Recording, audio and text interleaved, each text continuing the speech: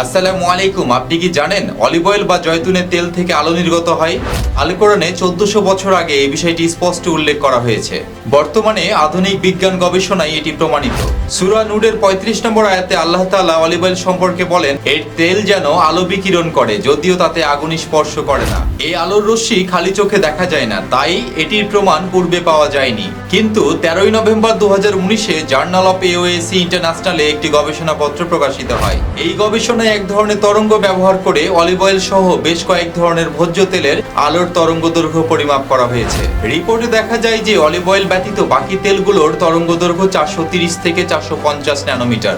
অপরপক্ষে অলিভ অয়েলের সর্বোচ্চ তরঙ্গদৈর্ঘ্য পাওয়া গিয়েছে 681 ন্যানোমিটার। অর্থাৎ এই গবেষণা থেকে প্রমাণিত হয় যে ভোজ্য তেলগুলোর মধ্যে অলিভ অয়েল থেকে সর্বোচ্চ মাত্রায় আলোর বিকিরণ হয়। একই আয়াতে আল্লাহ এই নূরকে আলোর উপরে আলো বলেছেন। কেন বলেছেন সেটিরও প্রমাণ পাওয়া যায় এই গবেষণায়। গবেষণাটিতে দেখা যায় অলিভ অয়েল থেকে যে আলো বের হয় তার 3টি আলাদা আলাদা স্তর রয়েছে, যদিও অন্য ভোজ্য তেলে আলোর কেবল একটি স্তর পাওয়া গিয়েছে।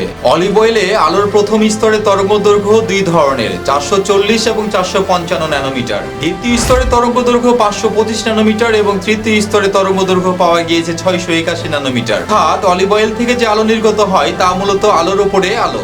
মহাগ্রন্থ আল কোরআন যে আল্লাহ তাআলা প্রেরিত ঐশী কিতাব, এটি তার ছোট্ট একটি প্রমাণ। আল কোরআন ও বিজ্ঞান সিরিজের নতুন ভিডিও পেতে চ্যানেলটি সাবস্ক্রাইব করুন। ভিডিওটি পছন্দ হলে লাইক, কমেন্ট ও শেয়ার করে ইসলাম প্রচারে সহযোগী হন। জাযাকাল্লাহু খাইরান।